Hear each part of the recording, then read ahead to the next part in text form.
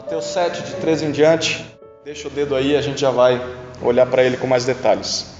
Tem uma pesquisa feita por missiólogos, que são pessoas especializadas em missões ao redor do mundo, que identificou que há mais de 10 mil religiões diferentes espalhadas pelo globo terrestre. Mais de 10 mil, o cristianismo é só uma delas. E isso significa que então nós temos mais de 10 mil vozes dizendo para as pessoas como os homens podem chegar até Deus, ou pelo menos algumas milhares de vozes dizendo como nós podemos nos tornar melhores, ou atingir algum nível maior de espiritualidade, enfim. E diante de tantas religiões, tantas denominações, tantas instituições, tantas confissões de fé, algumas perguntas poderiam ser levantadas. Primeira, qual desses caminhos é o correto? Talvez uma segunda, qual caminho nós devemos escolher então? Ou em que nós devemos acreditar? A quem nós devemos dar ouvidos nesse mundo de tantas vozes? Já lá na época dos tempos bíblicos, essa era uma pergunta, ou essas eram perguntas feitas pelas pessoas. E a Bíblia, na verdade, ela responde essas perguntas apresentando apenas duas opções. Para a Bíblia, só há dois caminhos: o caminho certo e o caminho errado, né? Então o caminho certo é aquele que a Bíblia apresenta, e o caminho errado ele abrange todos os outros caminhos que ou discordam da Bíblia, ou subtraem algo da Bíblia, ou adicionam algo que a Bíblia ensina como um todo. E no Sermão do Monte, que é o texto que a gente tem estudado, Jesus vem apresentando para nós o caminho correto. E o caminho correto, ele implica numa mudança de coração. Foi isso que Jesus disse lá desde o começo do capítulo 5. E ele foi até o versículo 16, dizendo que o feliz de verdade é aquele que é mudado aqui por dentro. E essa transformação interior só é possível através da obediência de Jesus à lei de Deus. E aqui entra a distinção do cristianismo, porque Jesus obedece ao que Deus ordena. Então, quando nós cremos em Jesus, é como se nós também estivéssemos obedecendo ao que Deus ordena. E então, uma vez que Deus já nos considera obedientes, por causa da fé em Cristo, a maneira de nós expressarmos a nossa gratidão a Deus é colocando em prática tudo aquilo que Ele ordena. Então, agora eu faço o que Deus diz não para ser aceito, mas eu faço porque eu já fui aceito pela obra de Jesus. E isso envolve então, aí que entra o conteúdo do Sermão do Monte, a partir do versículo 21, no capítulo 5, isso envolve então uma mudança de postura nossa. E Jesus cita alguns elementos, por exemplo, uma mudança de postura em relação ao pecado da ira. Ele fala sobre o assassinato e a ira no coração. Depois Jesus fala sobre uma mudança de postura em relação ao adultério, que também começa no coração. Uma mudança de postura em relação à mentira, a nossa palavra, aquilo que nós dizemos ser sim, sim, não, não. E também envolve uma mudança de postura em relação ao amor ao próximo e também ao amor aos inimigos, aqueles que nos odeiam. E aí ele termina o capítulo 5, dizendo essas coisas. Mas ele diz, olha, você também deve tomar cuidado com a hipocrisia e com aquele sentimento de achar que então porque você obedece a Deus, você é melhor que os outros. E essa era uma atitude muito comum dos religiosos daquela época. Então Jesus diz, olha, tome cuidado quando você praticar boas obras, como dar esmolas, como orar, como jejuar, que essas coisas não sejam feitas para que homens vejam, mas para que Deus veja. Você não precisa que os homens vejam essas coisas, né? E ele termina o capítulo 6 dizendo que as nossas prioridades devem ser as coisas de Deus e não as coisas dessa terra. A gente tem que viver com as coisas dessa terra. Precisamos trabalhar, precisamos comer, precisamos beber, nos vestir, mas ele diz, não busquem em primeiro lugar essas coisas. Busquem o reino de Deus e Deus vai acrescentar essas coisas. E aí, ele começa o capítulo 7 dizendo que priorizar as coisas de Deus, ao invés das coisas da terra, envolve nós nos ajudarmos mutuamente. Ajudarmos uns aos outros a lutarmos com os nossos pecados e a buscarmos uma vida de santidade juntos. A vida cristã não é uma vida individual. E foi isso que a gente viu até agora no Sermão do Monte. E depois de dizer tudo isso, Jesus apresenta para nós 3 imagens. Eu quero que você imagine 3 quadros aqui, que resumem tudo o que ele acabou de dizer no Sermão do Monte. A primeira imagem é sobre os 2 caminhos. Versículos 13 e 14. Acompanhe comigo a leitura. 13 e 14. 2 caminhos.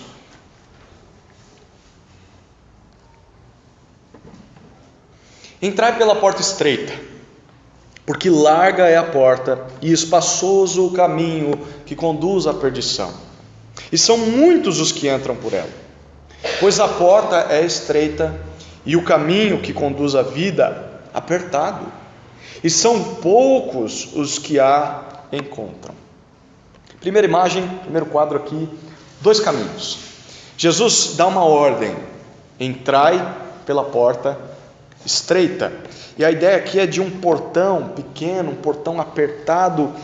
E Jesus diz: olha, eu espero que vocês caminhem em direção a um estilo de vida restringido, um estilo de vida limitado, difícil de trilhar. E por quê? Ele dá 2 razões.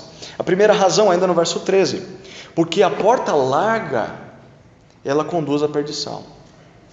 Ele diz: olha, é muito espaçosa a porta e o caminho que conduzem à perdição. E o verbo conduzir aqui, ele é interessante porque ele transmite o sentido de carregar alguém à força. É como se amarrasse você e te arrastasse em direção de um precipício.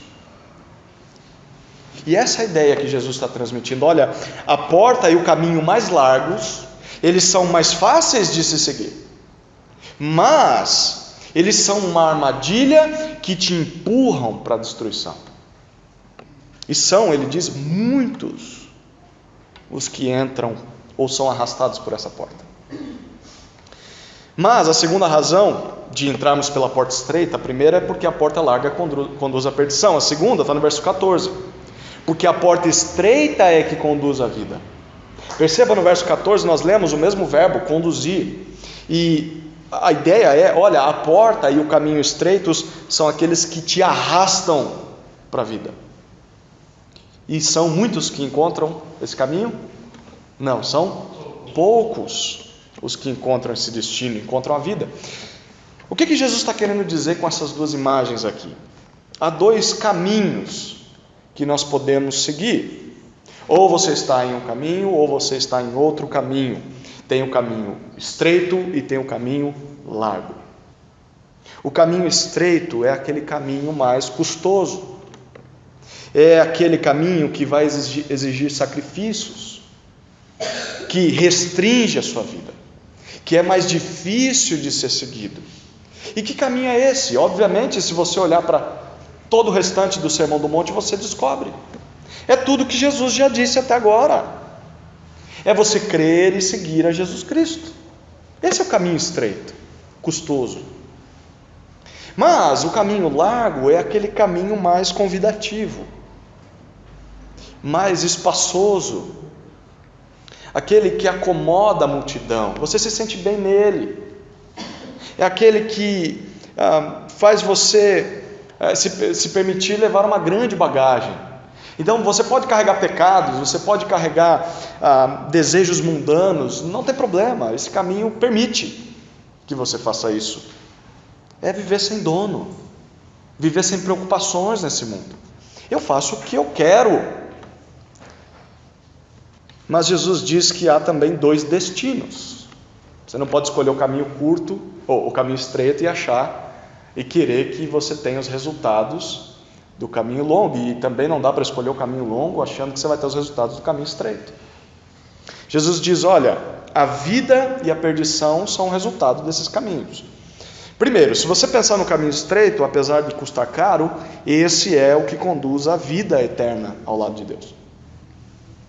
Mas, do outro lado, nós temos o caminho mais largo, um caminho que, apesar de ser mais fácil, ele oferece certos prazeres nesse mundo, mas ele garante uma condenação eterna no inferno. Por isso Jesus diz para nós o seguinte: olha, decidam seguir o que eu digo a vocês. Porque, apesar de ser custoso, isso será para o seu bem. Há muitos que não vivem assim. E todos estes caminham para a destruição. Então seja você um dos poucos que me ouvem. E, segundo esse texto, é óbvio que seguir a Jesus custa caro. Você já deve ter percebido isso, né? É de graça, mas ao mesmo tempo custa caro. Custa tudo que nós temos. Custa tudo que nós somos. E é uma ilusão você evangelizar alguém e dizer para essa pessoa: olha, sua vida vai mudar, vai ser uma bênção. Vai nada, vai piorar. Porque ela vai ter que lidar com conflitos na cabeça dela, coisas que ela acreditou a vida inteira, a família que tem outra religião, e ela tem que lidar com esses conflitos, ela vai começar a ser perseguida. É óbvio que muda aqui dentro. Eu tenho paz com Deus, agora eu sou edificado, eu tenho o Espírito Santo, mas as coisas pioram na vida da pessoa. É um caminho estreito. Você vai lutar contra os seus pecados, você vai sentir a sua consciência te incomodando quando você peca. É um caminho difícil. Mas Jesus diz: olha, um tipo de vida cristã fácil, esse tipo de vida que as pessoas pregam hoje, que não exige qualquer tipo de luta contra o pecado, é você seguir o caminho largo, mesmo que tenha o rótulo de cristão. Pode até ter uma aparência religiosa, mas não é seguir a Cristo, porque você não pode escolher seguir os dois caminhos ao mesmo tempo. Ou você está no caminho curto, ou você está no caminho estreito, ou você está no caminho largo. E eu queria que você percebesse uma coisa aqui. Jesus disse que o caminho largo ele é seguido por muitos.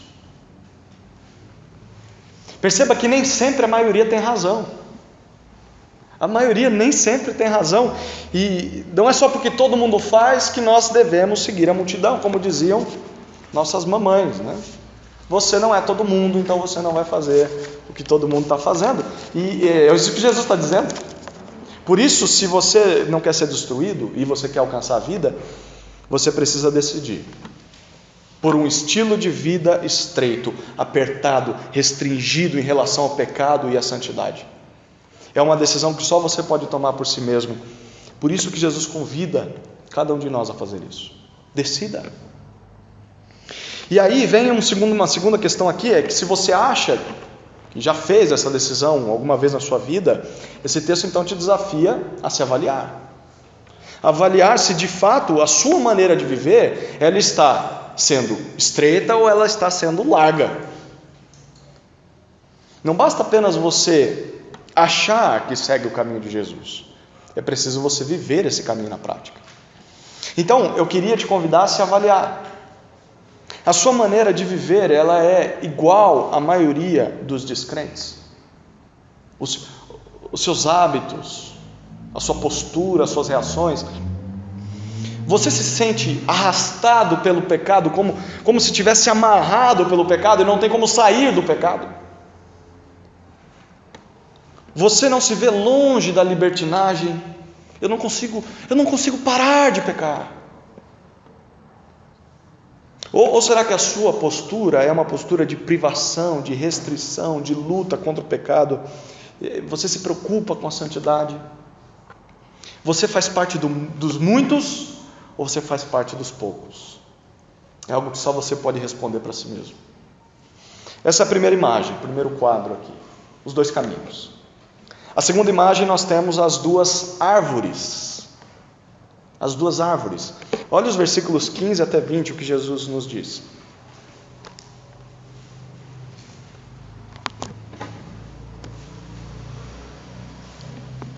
Cuidado com os falsos profetas, que vêm a vós disfarçados em pele de ovelha, mas interiormente são lobos devoradores. Pelos frutos os conhecereis. Por acaso colhem-se uvas de espinheiros ou figos de plantas com espinhos? Assim toda árvore boa produz bons frutos, porém a árvore má produz frutos maus. Uma árvore boa não pode dar frutos maus, nem uma árvore má dar frutos bons. Toda árvore que não produz fruto bom é cortada e lançada no fogo. Portanto, vós os conhecereis pelos frutos. A imagem aqui é de duas árvores.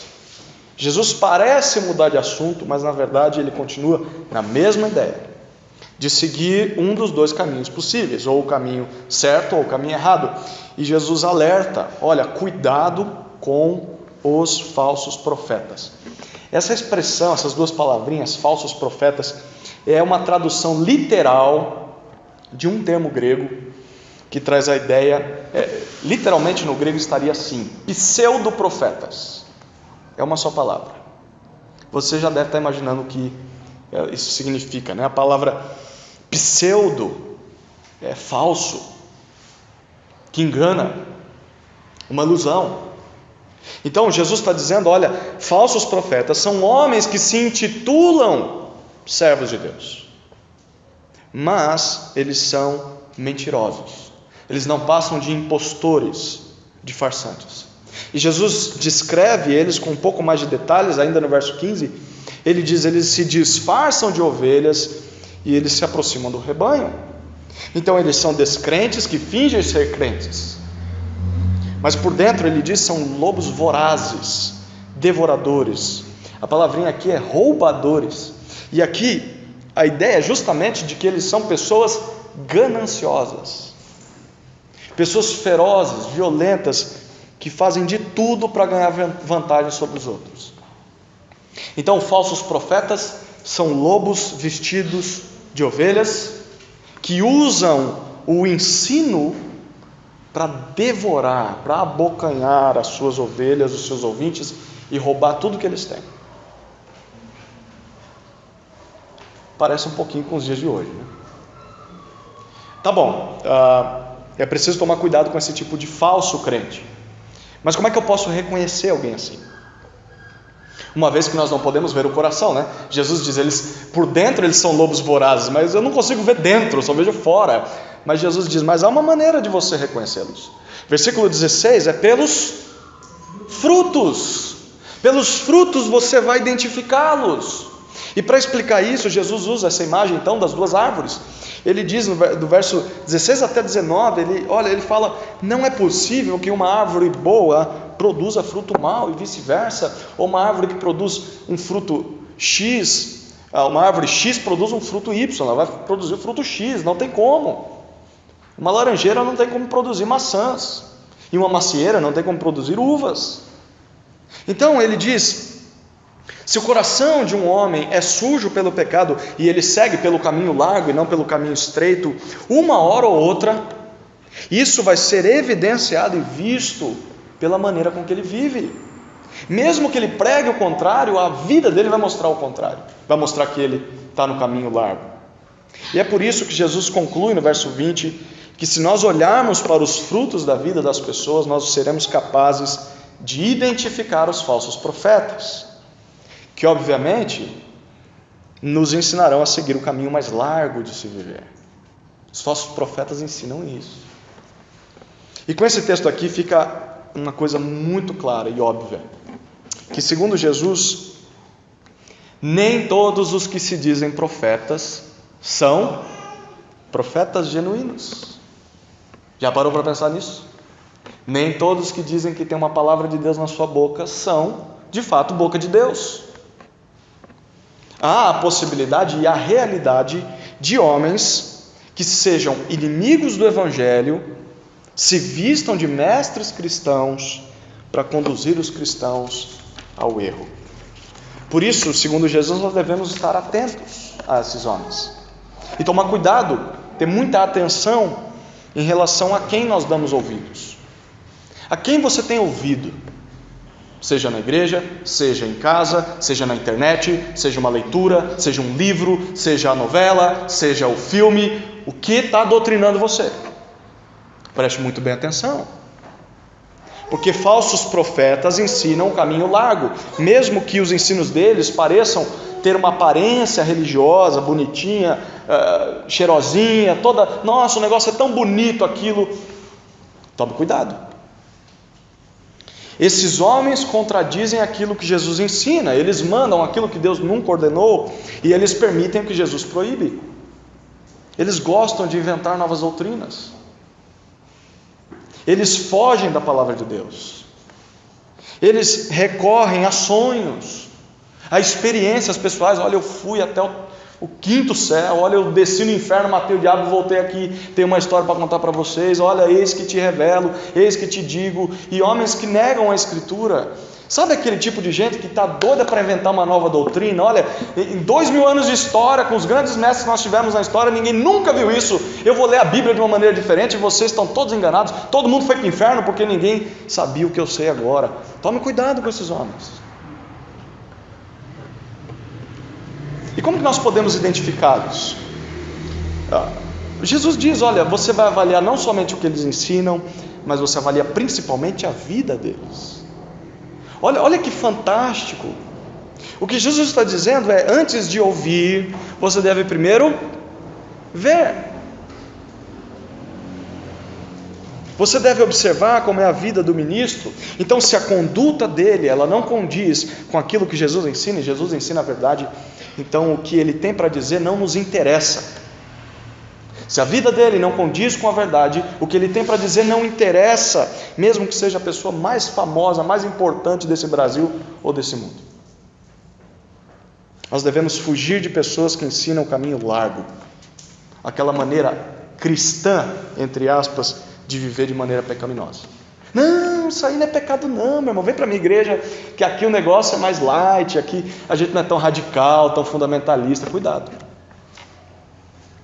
De longe, os frutos desses homens podem até ser confundidos com bons frutos, mas quando você chega perto, você sente o cheiro podre de pecado que exala das más obras deles.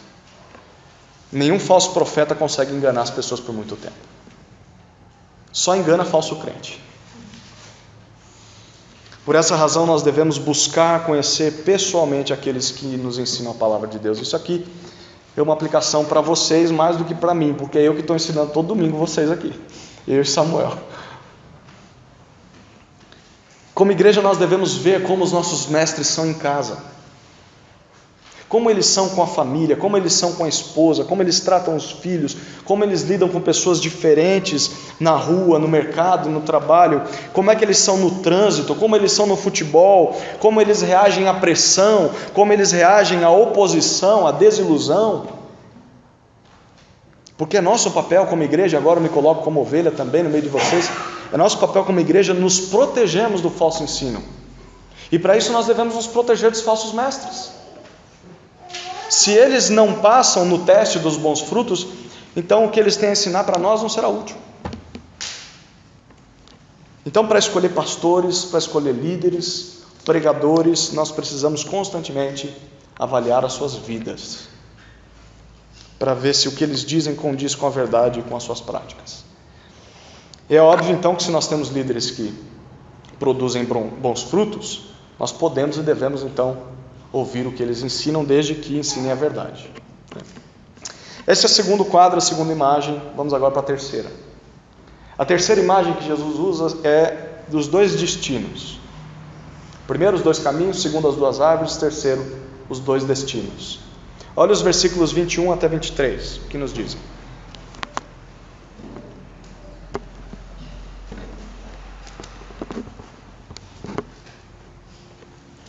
Nem todo o que me diz, Senhor, Senhor, entrará no reino do céu, mas aquele que faz a vontade de meu Pai que está no céu. Naquele dia, muitos me dirão, Senhor, Senhor, nós não profetizamos em teu nome? Em teu nome não expulsamos demônios, em teu nome não fizemos muitos milagres? Então lhes direi claramente, nunca vos conheci. Afastai-vos de mim, vós que praticais o mal. Que texto fantástico. Os dois destinos. Primeiro, Jesus então nos alertou quanto aos dois caminhos, o verdadeiro e o falso. Depois ele nos adverte sobre quem nos ensina o caminho falso, os falsos mestres. E agora ele vai tratar sobre os falsos seguidores, sobre aqueles que dão ouvidos aos falsos profetas e seguem o falso caminho. O alvo de Jesus é falar sobre quem entrará no reino do céu. E como foi no verso 14, a vida eterna. E no verso 21, Jesus então primeiro fala de quem não irá entrar no reino. Ele diz: nem todo que me diz Senhor, Senhor. Perceba o que é interessante aqui. Jesus considera a possibilidade de uma pessoa se dirigir a Ele nessa terra e chamar o Senhor Jesus de Senhor, de Rei dos Reis, e mesmo assim não estar no caminho certo. A pessoa está aqui no caminho largo e ela chama Jesus de Senhor, mas ele diz: mas eu não sou seu Senhor, você apenas diz. É possível que alguém seja tão religioso e até reconheça Jesus como Cristo, como Messias, e mesmo assim não ser salvo no último dia. É isso que Jesus está dizendo: nem todo que me diz Senhor, Senhor. Bom, então quem é que vai entrar no reino do céu? No verso 21 ele diz: não o que me diz só Senhor, Senhor, mas aquele que faz a vontade de meu Pai que está no céu. A ideia é de alguém que constantemente busca satisfazer os desejos de Deus, os propósitos de Deus, as decisões de Deus. Então, ter o título de Jesus na boca pode não representar nada na vida de alguém. Sabe aquela oração do pecador? Eu reconheço meus pecados e eu me entrego minha vida para você, Jesus. Pelo resto da minha vida eu vou te seguir, e agora, a partir de agora, eu sou seu servo, tu és meu Senhor. E aí amanhã volta para os mesmos pecados, não quer mais saber de Jesus. Daqui 20 anos também: não, mas Jesus é meu Senhor. Aonde? É o que Jesus está dizendo. Ele diz: olha, ter o título na boca pode não representar nada. O que é decisivo é a obediência a Deus, e não os títulos que você diz, não as confissões de fé que você faz. Para a salvação não adianta nada você decorar vocabulário religioso. Sabe aquele tipo: ô varão, ô varoa, ô meu irmão, ô minha irmã, que bênção, né? Futebol é assim, né? O cristão, ele vai jogar bola, ele não fala palavrão, mas fala: ô seu abençoado, ô seu miserável, né? Enfim. Mas esse tipo de jargão, um descrente pode falar ele. Não é isso que salva. E Jesus ilustra isso prevendo o último dia no verso 22. Ele vê o cenário do dia do juízo final. Ele diz: olha, muitos... Lembra da primeira ilustração deles, 2 caminhos? Os muitos estão aonde? No caminho estreito ou no caminho largo? Caminho largo. Muitos que estão no caminho largo nessa vida, que seguiram o caminho largo, vão me chamar de Senhor. E eles vão alegar: olha, nós profetizamos, olha, nós expulsamos demônios, olha, nós realizamos milagres no teu nome.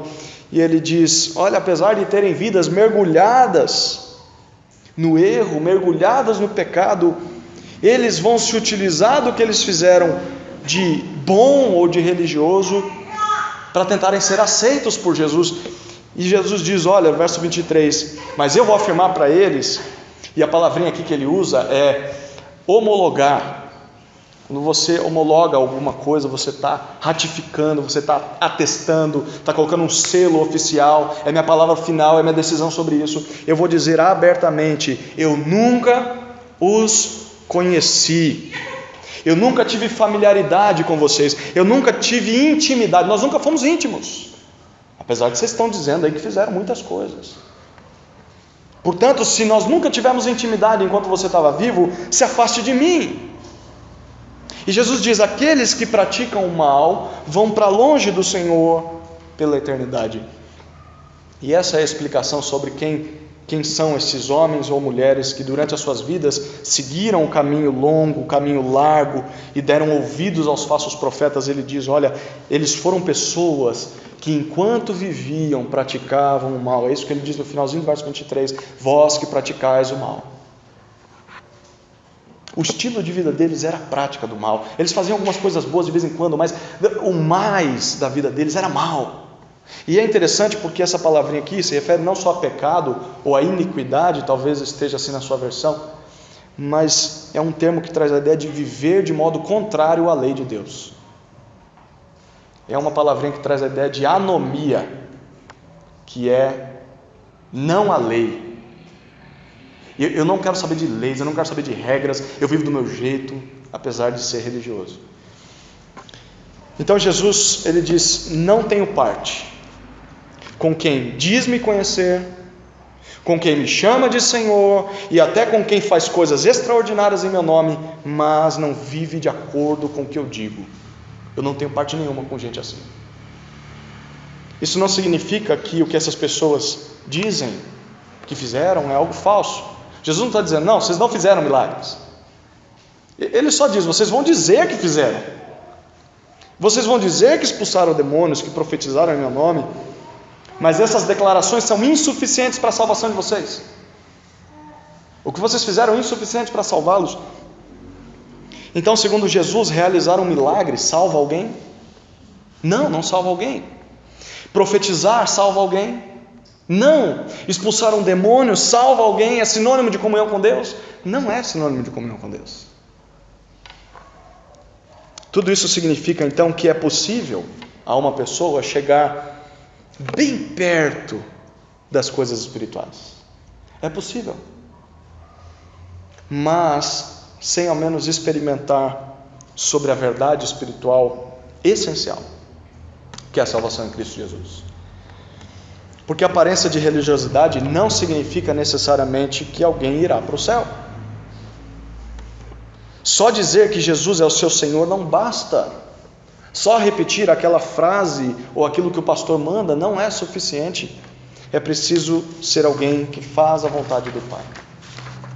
Então eu e você, nós só podemos chegar a esse status, a esse patamar, se nós nos rendermos a Jesus em arrependimento, em fé, se nós confessarmos os nossos pecados, se nós crermos que a obra de Jesus é suficiente para nos perdoar, para nos salvar. E só isso é capaz de nos tornar íntimos de Jesus, a ponto de Jesus nos conhecer, de sermos pessoas familiarizadas com Jesus. Então, se você nunca fez isso, você deve fazer isso essa noite ainda. Você pode estar a sua vida inteira dentro de uma igreja e estar indo para o inferno. Você pode estar aqui, mas você está andando um caminho largo. Você precisa se arrepender dos seus pecados e confiar em Cristo. E se você já fez isso, o caminho que Jesus te chama a seguir, então, é o caminho estreito. Olha, mesmo que custe caro, eu sei que custa caro, mas é esse caminho que vai garantir para você o melhor destino final, que é o reino do céu. Em resumo, nenhuma das mais de 10.000 religiões do mundo são capazes de nos reconciliar com Deus. E a razão disso está no fato de que as religiões, sabe o que significa religião? A palavra religar. Religar é uma tentativa de religar algo que foi quebrado, que foi perdido. Então, todas as religiões tentam elas mesmas levar o homem até Deus. Pode estudar qual seja o livro aí. Se acreditam que existe um Deus, elas dizem: para chegar a esse Deus nós temos de fazer X, Y, Z. 1, 2, 3, você tem que fazer isso aqui. A diferença do cristianismo é que ele apresenta o fato de que a salvação não consiste no homem tentando chegar até Deus, mas é o próprio Deus vindo até o homem para salvar o homem. E na pessoa de Jesus Cristo, o próprio Deus se fez homem, assumiu a nossa culpa na cruz. Então é por essa razão que o Pai é capaz de nos perdoar, é capaz de nos aceitar através da obra do Filho. E nós recebemos essas bênçãos unicamente pela fé em Cristo. Você não precisa fazer nada, você tem que crer nele. E esse é o único caminho verdadeiro, o único caminho que conduz à vida. Então, todos os outros, eles não passam de, para usar o termo do texto, pseudo-caminhos. Eles não passam de portas e estradas falsas, com ensinamentos falsos e vidas falsas. Que nessa noite nós possamos avaliar que tipo de caminho nós temos seguido. E que nós possamos repensar se o destino que nós estamos buscando realmente é o destino da vida ou é o da perdição. Porque hoje é o dia de você decidir isso. Porque talvez amanhã pode ser tarde demais. Ou melhor, amanhã pode ser esse último dia do qual Jesus se referiu no dia do juízo final.